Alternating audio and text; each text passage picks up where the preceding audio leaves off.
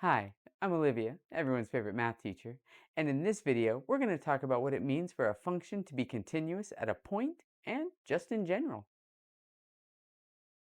So, continuity of a function is actually a pretty intuitive concept. A way to think about it is that a function is continuous anywhere where you could draw that part of the function without having to pick up your pencil. So, if you were to look at this function, you could see that it's continuous along here. There's a discontinuity here. It's continuous again. There's another discontinuity. Then it's continuous. We have another discontinuity. And then it's continuous. When we start to define it mathematically, we generally work on it though at a point-to-point basis and then work up to the idea of the interval. And the reason we do that is because when we take the limit, we generally take the limit going to a point. So mathematically, we define continuity as the function being continuous at a point if, when we take the limit at that point, it's equal to the value of the function at that point. So, for example, if we were to look here, if we take the limit as we approach there, if we go to that point and we can take the value of the function at that point and they're equal, it's continuous at that point. Now, on this graph, I've actually given you all three kinds of general discontinuity. We have the infinite discontinuity that's usually caused by an asymptote. You get those in like rational functions, logarithms as well. And then we have a jump discontinuity. Generally, you see those in like piecewise functions. There's a few other places. And then here we have what are usually from removable discontinuities. Also, when you see this part here, this is from like a piecewise function. These removable discontinuities are also usually from rational functions when you can factor out the discontinuity. And that's why we call it removable, is because it's a discontinuity that appears in the original function, but when you take the limit, it allows you to get rid of the discontinuity because of taking the limit, okay? And we've seen that in the previous videos. Now, when we look at continuity, we can have general continuity, so for example, a point here. But when we look right here, we actually have directional continuity because this point is continuous from the left. But it's not continuous from the right because we do exist here. So if we were to take the limit coming in from the left, then this function does exist, and the limit is the same as the function at that point. But then if we were to come in from the right, the limit exists, but it's not the same as the function.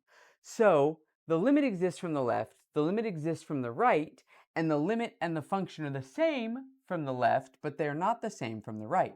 So we're continuous from the left, not continuous from the right. Okay, so just like we can have the limit from the left, the limit from the right, we can be continuous from the left and continuous from the right. Now, one of the other interesting things is that we can be continuous on an interval. And that gets us back to that intuitive understanding I was talking about, where if you take your pencil, take your chalk, you could set it down and draw part of the function. And you can easily see the interval upon which we are continuous. But mathematically, we say we are continuous on the interval if we are continuous at every a on the interval or at every value on that interval. Now, the nice thing is that most of the functions that you're used to working with actually have this property. And having the property of continuity brings with it three very powerful features that we've actually already talked about. Because remember, in order to be continuous, the limit has to exist, a has to be in the domain, and the limit has to be equal to the function at a. So all three of those basically tell us a lot of information about the function at that point by simply saying this function is continuous on this interval or this domain. So we're going to look now at what kinds of functions are continuous on what kinds of domains and what operations that we can just automatically know are going to preserve continuity. So using what we know about continuity, it's almost trivial to reason through the fact that if f and g are continuous at a, and we're going to assume c is any real constant, that all of our normal operations also are continuous. Because remember, if f and g are continuous at a, we get the three implied results. That is, a is in the domain, so therefore we can in fact use all of our operations because f and g both have the value a in their domain. And we know that the limits exist at a and that the limit is equal to the function at a. So yeah, we can add the values, subtract the values, multiply the values, divide the values, as long as our denominator is not 0, and we can use scalar multiplication. No big deal. So here's one that is not too tricky, but a little trickier. Try to use the properties we learned in the last video to prove that polynomials are actually continuous on all real numbers. And remember, this notation is simply the sigma notation for a polynomial. If you're not comfortable using sigma notation, feel free to write out the polynomial in expanded notation. That'll be perfectly fine. I'm going to demonstrate the proof in 3, 2, 1. And there you go. Now, I didn't have enough room to write out the reasoning, so I'm going to explain it to you verbally. But I'll give you a second to look at it. Again, pause if you want to have a little bit more time to kind of digest. So here we go. To start the proof out, we're simply going to start by writing out our polynomial. So here we defined our polynomial function as simply a polynomial. And again, I used sigma notation so that I wouldn't have to write out plus and write the entire polynomial out. And don't worry, the limit does function across sigma notation because this is simply addition. And if you remember, one of our properties from the last video was that the limit of the sum is the sum of the limits. So we can do that. We can distribute the limit across addition. So we simply take the limit of both sides. Now, when we do that, we get this. And as I said, we are allowed to distribute the limit across the sum. So all I do is bring the limit inside the sum. This is the same thing as if I had taken the limit and said the limit of the first term, the limit of the second term, the limit of the third term, and so on. Okay, so that's how we got to here. Now, down here, what we've done is each of those terms has a constant.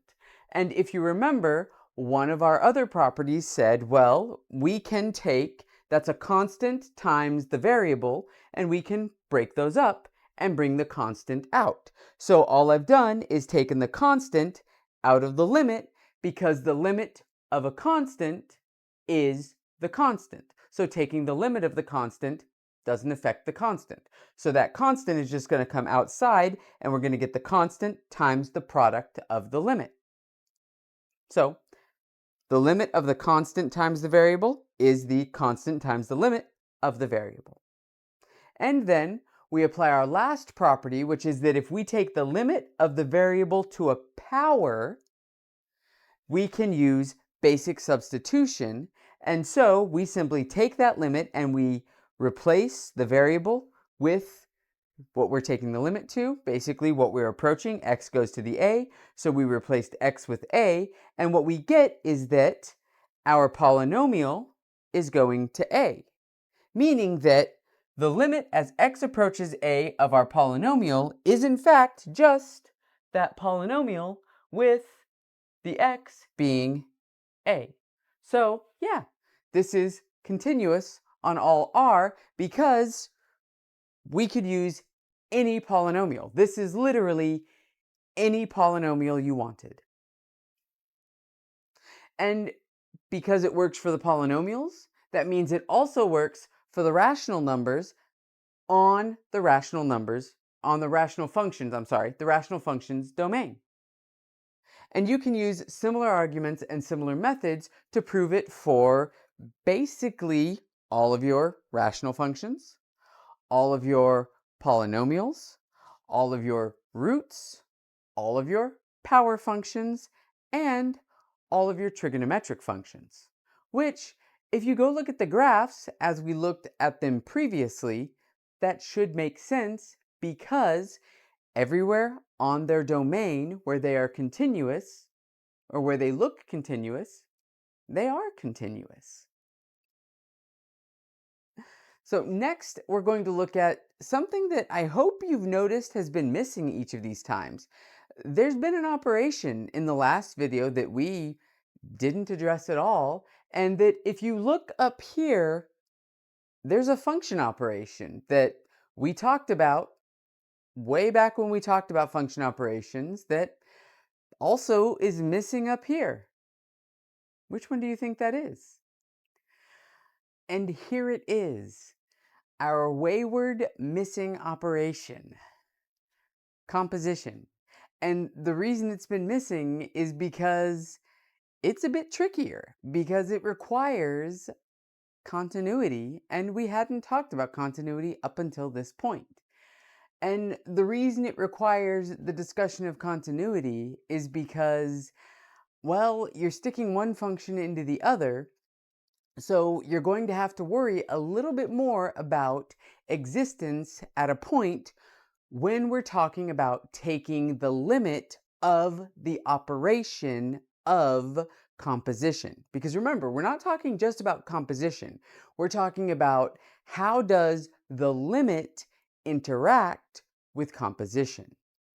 So, if f is continuous at b, this is different, right? So if f is continuous at some point b, and the limit as x approaches a of g of x is equal to that b, then the limit as x approaches a of f of g of x is equal to f of b. Okay? There we go. Basically what this is saying is that if f is continuous at b, and the limit as x approaches a of g of x is equal to b, then we can do what we do with all the other operations. Effectively, let me write it here, because it makes a little more sense if you basically understand that what we're saying is we can do this if that part is b. Okay? If that's not the case, we can still take this limit. We simply can't move it in like we did with all the other things, okay? So this is only saying that that distribution or that movement of the limit happens in this special case where this continuity is also where this limit happens at that point. Okay? So it's a very specific case, and it required continuity in order to understand that situation. Okay?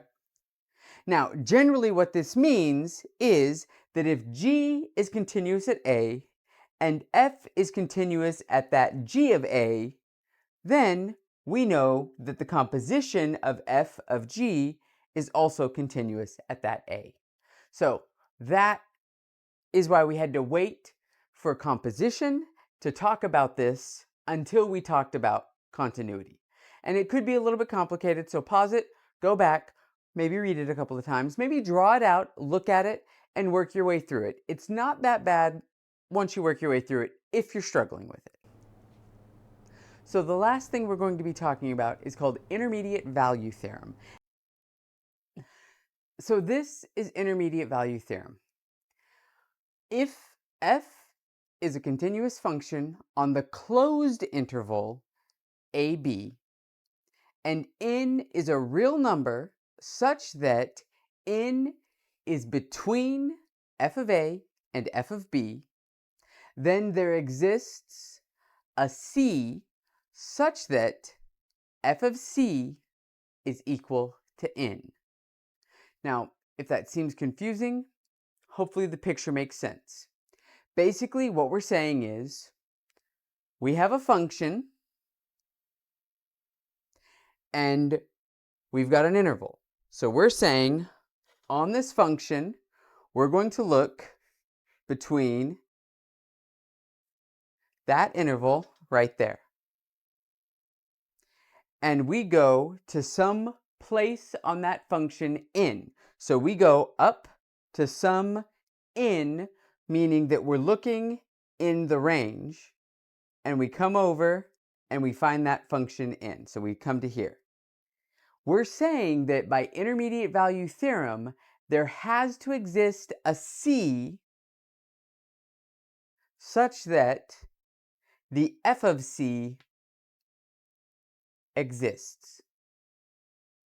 And because it's continuous, we know that because we know that the function exists for all a on that interval. So that means all of these c's exist, and the limit exists, and the limit at that c is equal to the function at that c. So again, intuitively, it's very easy to understand. And that's intermediate value theorem. The reason that's also helpful is because, again, if you can prove that you have one function that effectively lies in the same place as another function, and you can demonstrate that that function is continuous in that area, you can show that there must be a value within maybe that unknown portion of the other function. You'll see it when it comes up. Just remember that it exists, and you'll see either IVT or intermediate value theorem. But at least you've been exposed to it. So that was continuity of functions. Hopefully it wasn't too bad. And like I said, there's no exercises for this one because the next video is going to be all proofs and it's going to be a little bit more of a brain buster. So I'll see you in that one. And remember, if you have any questions, feel free to drop into the comments or join us on Discord.